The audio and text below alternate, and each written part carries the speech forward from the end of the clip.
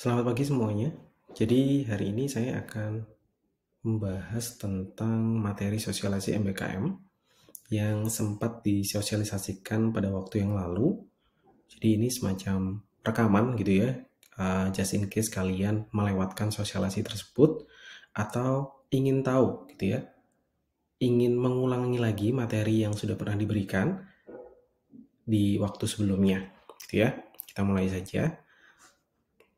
Jadi materi yang diberikan pada video kali ini adalah tentang apa saja yang perlu diperhatikan ketika kalian ingin mengambil kegiatan MBKM magang industri, gitu ya. Oke, jadi yang perlu diketahui pada saat awal sebelum memilih kegiatan magang adalah mengenali dulu kalian ini memilih magang industri yang seperti apa. Ya, ada dua kegiatan magang, yaitu Flagship Kemdikbud. Ya, ini adalah magang yang diinisiasi oleh Kemdikbud, ya, yang nanti prosesnya itu berbeda dengan magang yang kedua, yaitu yang inisiasi atau internal program studi. Gitu ya. Kedua proses magang ini itu berbeda. Flagship itu nanti akan dihandle oleh sebuah portal Kemdikbud, ya. Sementara untuk inisiasi program studi itu masih dilakukan secara manual yang melibatkan koordinator dosen magang, ya, koordinator magang, kemudian ada dosen PA dan sekfak, gitu ya. Jadi PIC dan proses bagaimana kalian mengambil magang itu juga nantinya akan berbeda. Jadi perlu diketahui dulu, kalian akan mengambil yang flagship Kemdikbud atau yang internal atau inisiasi program studi. Oke, ini sedikit perbedaan antara magang flagship Kemdikbud dan magang inisiasi program studi. Flagship Kemdikbud adalah magang yang diinisiasi oleh Kemdikbud itu sendiri. Jadi perusahaan-perusahaannya itu sudah dipilih yang sesuai dengan kriteria dan spesifikasi yang ditentukan oleh Kemdikbud. Ya.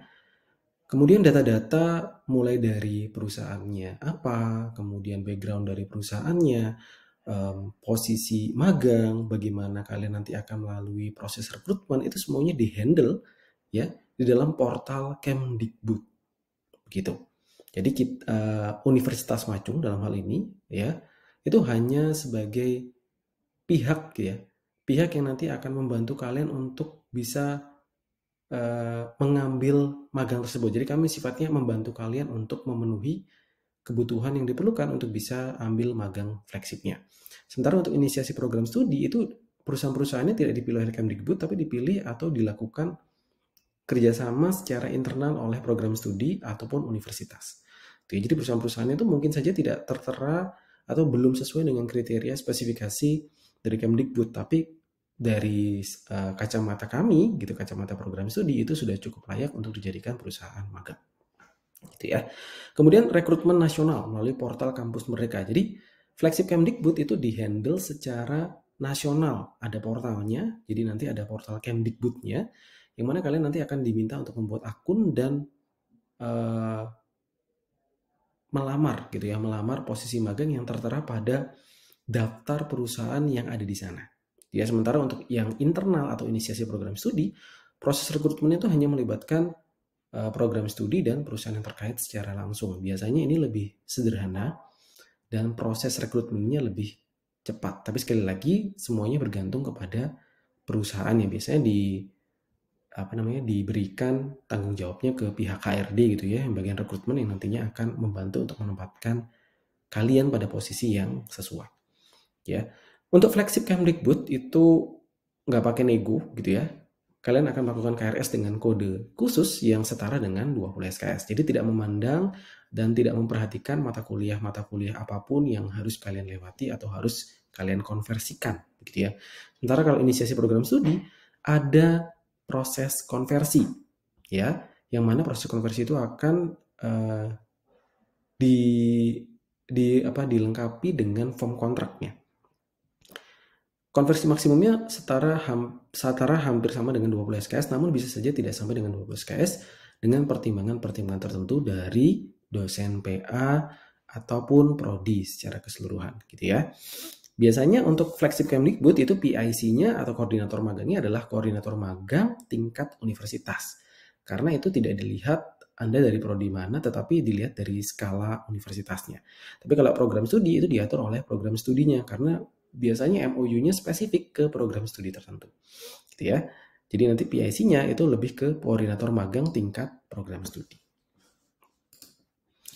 Nah, ini adalah portal atau link yang nantinya bisa kalian sasar gitu ya, yang nantinya digunakan untuk melamar posisi magang untuk flagship Kemdikbud gitu ya, magang flagshipnya. Nanti diikutin aja prosesnya gitu ya. Sementara untuk isi program studi ya, ini ada beberapa hal yang harus kalian perhatikan. Sebenarnya baik flagship maupun yang isi program studi itu sama saja gitu ya, sama saja. Jadi kalian harus memperhatikan program magang yang dipilih itu sebaiknya sesuai dengan passion Anda. Masuk di IT, masuk di program studi teknik informatika, harapannya punya skill yang berhubungan dengan IT gitu. Jadi pilihlah perusahaan-perusahaan yang bisa memberikan nilai yang baik bagi diri Anda dan masa depan Anda gitu ya. Jadi jangan pilih yang melenceng jauh dari skill yang harusnya kalian miliki ketika masuk ke dunia IT gitu ya. Konsultasikan rencana magang Anda dengan dosen PA atau koordinator magang. Jadi sebenarnya yang paling dekat adalah dosen PA karena posisinya adalah konsultan akademik para mahasiswa gitu ya. Jadi kalian bisa tanya proses magang itu seperti apa, sebaiknya perlu diambil atau tidak diambil, apakah saya sesuai dengan model kegiatan magang gitu ya. Jadi biasanya dosen PA lebih bisa mengamati secara akademik gitu ya, atau dari pertimbangan-pertimbangan tertentu apakah kalian sebaiknya mengambil magang atau tidak gitu. Sementara untuk yang terakhir untuk proses rekrutmen yang perlu diperhatikan adalah setiap perusahaan itu sekalipun ini masih dalam kategori yang sama inisiasi program studi, tetapi proses rekrutmennya itu memperhatikan perusahaan masing-masing. Ada perusahaan yang meminta kalian untuk datang dan melewati proses wawancara seperti kalian melamar kerja. Tapi ada yang modelnya cukup kirim email dan CV untuk mengetahui passion dan kemampuan Anda di mana sehingga nanti oleh perusahaan bisa ditempatkan pada posisi yang sesuai. Sayang dong kalau misalkan sudah ngelamar magang susah-susah ternyata posisinya tidak sesuai dengan passion gitu ya. Sehingga proses untuk menyelesaikan magangnya jadi tertatih-tatih gitu ya. Jadi lebih rumit dari yang seharusnya gitu ya.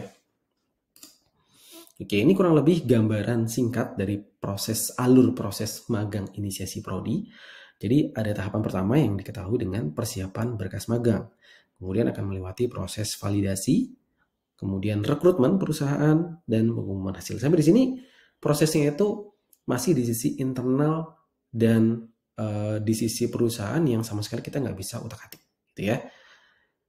Persiapan berkas magang bisa kita kerjakan sendiri. Validasi ini dilakukan oleh dua belah pihak, baik di sisi internal program studi maupun di sisi perusahaan. Rekrutmen itu ada di sisi perusahaan. Pengumuman hasil tentunya berasal dari perusahaan, gitu ya.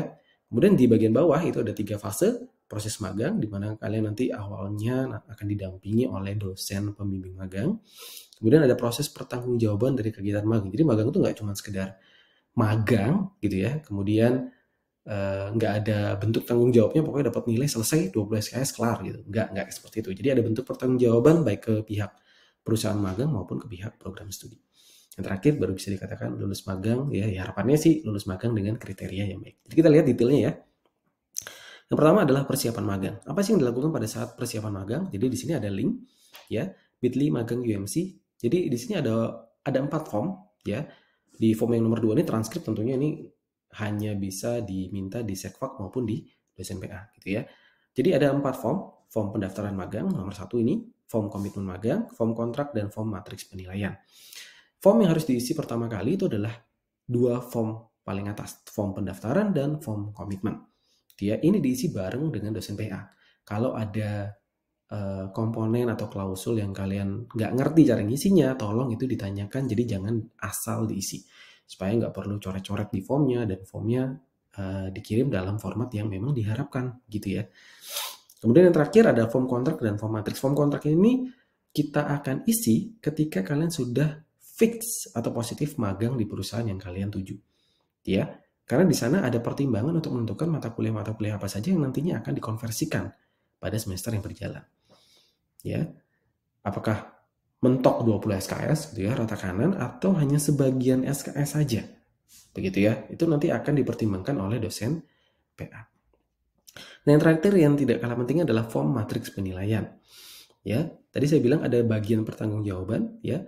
Salah satu bentuk pertanggungjawaban dari proses magang adalah memberikan form matriks ini ke perusahaan sehingga perusahaan bisa menilai kinerja magang kalian, gitu ya. Jadi nanti nilai-nilai tersebut, nilai dari form matriks penilaian ini akan digunakan sebagai dasar untuk memberikan nilai pada mata kuliah yang dikonversi kecuali PKL dan TA. Nanti detailnya akan saya jelaskan berikutnya. Ya, jadi matriks penilaian ini diberikan ke perusahaan ya selambat-lambatnya sebelum kalian berakhir kegiatan magangnya. Ya, ini juga perlu disampaikan ke perusahaan ya di awal kalian magang bahwa kalian memiliki tanggung jawab untuk atau memiliki hak untuk mendapatkan penilaian melalui form matriks dari perusahaan ini. Ya. Kemudian tahapan yang berikutnya adalah validasi. Apa yang dilakukan pada saat validasi? Yang pertama, form-form yang tadi sudah disiapkan itu akan divalidasi. Ya, divalidasi ini termasuk bagaimana kalian mengisi formnya. Kemudian strategi pengisian form kontrak itu sudah mulai dibahas gitu ya. Kira-kira kalau ngambil magang semester ini, mata kuliah yang berpotensi untuk dikonversi apa saja, gitu ya. Atau nggak usah dikonversi, kita ngambil yang PKL-nya saja. Atau ngambil yang skripsinya saja. Jadi itu semuanya ada pertimbangan yang biasanya tidak bisa diputuskan langsung oleh mahasiswa. Ada pertimbangan-pertimbangan akademik yang hanya bisa dilihat dari kacamata dosen PA gitu. Jadi ini perlu dikonsultasikan. Jadi proses validasi ini adalah memastikan bahwa kalian melakukannya dengan benar dan bisa selesai dengan baik gitu ya. Oke, ini kurang lebih gambaran dari masing-masing form.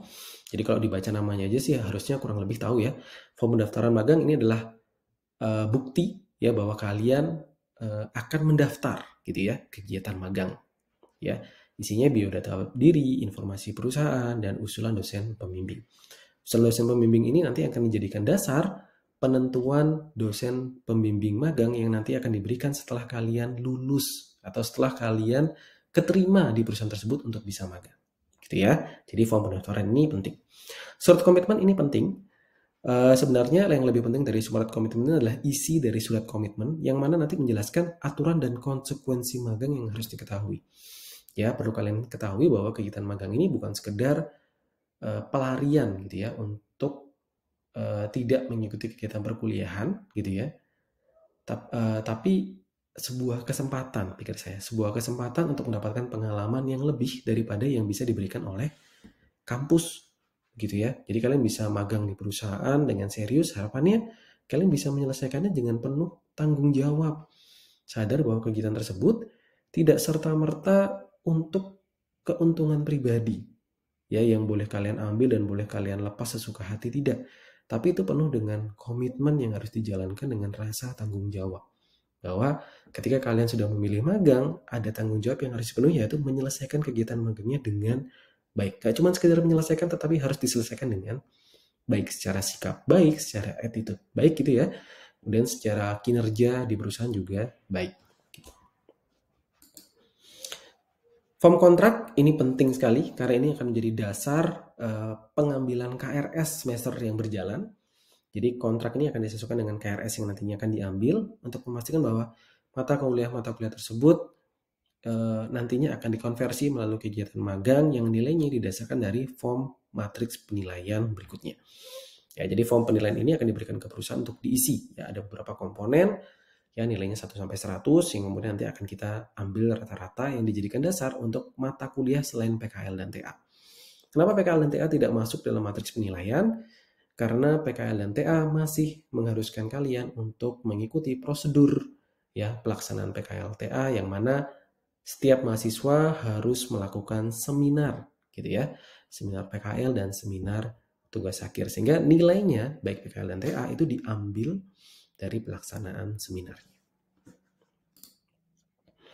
Nah, untuk yang melaksanakan PKL sebagai salah satu materi mata kuliah yang dikonversi dari kegiatan magang, ada form tambahan namanya form penilaian perusahaan. Sebenarnya ini bukan form baru, tetapi form yang memang harus dimunculkan ya setiap kali kalian melakukan kegiatan PKL. Ya, jadi ada form penilaian perusahaan yang mana harus disertakan juga ketika kalian melakukan seminar. Karena salah satu komponen dari penilaian seminar PKL itu adalah form penilaian perusahaan. Yang mana isinya itu kurang lebih ada 10 kriteria PKL gitu ya. Bisa jadi di samping matriks ada form penilaian perusahaan. Jadi ada 2 form ya untuk penilaian yang pendanaan perusahaan ini dipakai untuk kegiatan PKL saja. Untuk tugas akhir itu tidak didasarkan pada form matriks penilaian dan tidak ada form penilaian TA, nggak ada dari perusahaan, tetapi itu dilakukan berdasarkan sidangnya, berdasarkan seminarnya. Begitu ya. Jadi sudah ada komponen penilaiannya, jadi jangan khawatir karena itu akan dilihat dari kacamata program studi. Sehingga dampaknya apa? Tugas akhir ini bisa saja speknya tidak sesuai dengan perusahaan.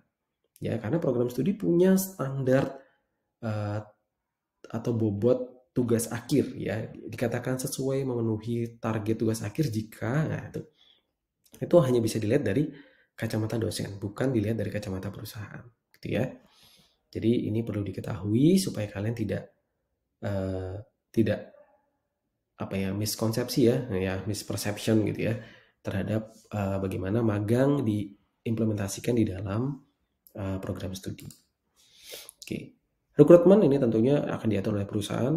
Perusahaan biasanya melalui bagian HRD-nya akan menentukan kriteria yang mereka butuhkan, gitu ya, baik dari segi nilai mungkin, attitude, passion, kemudian skill dan sebagainya. Kemudian pengumuman hasil, ya biasanya ini by email atau mungkin di WhatsApp atau mungkin di telepon langsung dari perusahaannya. Tapi yang perlu kalian ketahui adalah setiap kali kalian sudah mendapatkan hasil, penting buat kalian untuk melaporkan hasil perekrutan tersebut kepada dosen PA dan koordinator magang. Dua orang ini adalah dua orang penting sebelum kalian nyemplung ke kegiatan magang itu sendiri. Jadi mereka perlu dikabarkan. Karena ada kemungkinan informasi keterimanya kalian di perusahaan itu tidak sampai langsung ke telinga dosen PA dan koordinator magang. Ya. Jadi penting untuk kalian bisa menyampaikan hal ini. Ini juga membantu koordinator magang, dalam hal ini saya, untuk melanjutkan proses magangnya. Karena setiap magang itu harus ada dosen pembimbing magang yang nantinya akan memberikan rambu-rambu, mengingatkan gitu ya, magangnya supaya baik harus seperti apa. Gitu ya, apakah cukup lakukan magang, nggak usah konsultasi, atau ada perjanjian melaporkan kegiatan magang seperti yang seharusnya, gitu. Itu akan semuanya dilakukan berdasarkan komunikasi ini, ya. Kemudian kegiatan magang dilakukan dalam pelaksanaan magang, perlu diingatkan kembali bahwa magang adalah sesuatu yang perlu diselesaikan gitu ya dengan penuh tanggung jawab. Sehingga mohon untuk bisa menjaga, memperhatikan sikap aturan perusahaan dan komitmen Anda untuk menyelesaikan ini dengan baik. Segala bentuk tindakan yang dinilai bertentangan akan mendatangkan konsekuensi yang serius. Iya, kenapa? Karena kegiatan magang ini dilakukan melalui proses konversi, yang konversi bisa setara dengan 20 SKS. Jika magang yang tidak selesai, artinya apa? 20 SKS mata kuliah yang akan dikonversi juga akan mendapatkan imbasnya. Imbasnya apa? Ya nilainya juga nggak ada. Atau diberikan nilai I. Nah itu bahaya sekali kan gitu ya. Sudah susah-susah ngambil magangnya, ternyata tidak sanggup menyelesaikannya. Begitu. Jadi harapannya ketika kalian ambil, kalian harus punya rasa komit gitu ya. Saya akan selesaikan ini apapun yang terjadi. Gitu ya. Lakukan konsultasi secara berkala kepada dosen pembimbing magang setidak-tidaknya 2 minggu sekali. Ya, karena apa? Karena biasanya kesulitan-kesulitan itu perlu untuk diketahui dosen pembimbing sehingga kalian bisa mendapatkan masukan yang mungkin membantu kalian untuk bisa menyelesaikan kegiatan magang dengan baik. Ya. Kemudian bentuk pertanggungjawaban untuk PKL dan TA, karena memang harus mengikuti prosedur normal, kalian juga harus mempersiapkan atau juga harus mengetahui prosedur pelaksanaan PKL dan tugas akhir di program studi. Ada panduannya sudah ya, jadi panduan PKL dan TA itu di-download dulu untuk dibaca seperti apa sih laporannya, bagaimana sih sebaiknya menyelenggarakan seminar. Ya. Hal-hal yang bersifat teknis seperti itu perlu dibaca sambil kalian melakukan kegiatan magang. Ya, jangan sampai pada waktu PKL mau melaksanakan seminar tidak mengerti bagaimana mengajukan seminar PKL. Tidak mengerti bagaimana teknis menyiapkan ruangan untuk melaksanakan seminar PKL. Ya. Lupa menyiapkan cetak laporan fisik ya untuk dosen-dosen, baik dosen pembimbing maupun dosen penguji pada seminar PKL dan TA. Itu fatal sekali gitu ya. Jadi hal-hal seperti ini perlu kalian ketahui lebih dulu sebelum terjun ke kegiatan magang ya, terutama yang konversinya PKL dan TA. Dilihat ya, kalau misalkan mau nyusun buku PKL itu minimum berapa, formatnya seperti apa, konten babnya apa, itu perlu. Ya, begitu juga dengan TA. TA juga sama. TA punya panduannya, ada guideline-nya. Jadi kalian perlu menyusun susunan laporan yang dibutuhkan. Ya, kalau babnya ada 5 ya disesuaikan babnya ada 5. Kontennya apa saja, standar minimumnya seperti apa. Itu harus dikonsultasikan selama kalian mengikuti kegiatan magang yang mana konversinya adalah PKL dan TA. Ya, harapannya kalau kalian sudah mengikuti itu semua sesuai dengan standar prosedur yang kita tetapkan, ya kalian bisa lulus magang dengan baik, gitu ya. Baik, demikian yang bisa saya sampaikan untuk sosialisasi kegiatan MBKM magang industri, baik yang flagship yang debut maupun yang internal prodi. Jika masih ada pertanyaan, kalian bisa download bookletnya di LinkedIn ya, di LinkedIn saya, yaitu alamatnya, jadi kalian bisa cari sendiri bookletnya untuk kalian baca-baca sendiri, atau kalian bisa tanya langsung melalui email atau melalui WhatsApp ya. Mohon untuk menjaga etika ketika kalian melakukan komunikasi dengan dosen gitu ya, sehingga penting buat saya gitu ya untuk mereminder kalian seperti itu. Baik, demikian materi yang bisa saya berikan. Semoga ini bisa bermanfaat untuk kita semua. Terima kasih.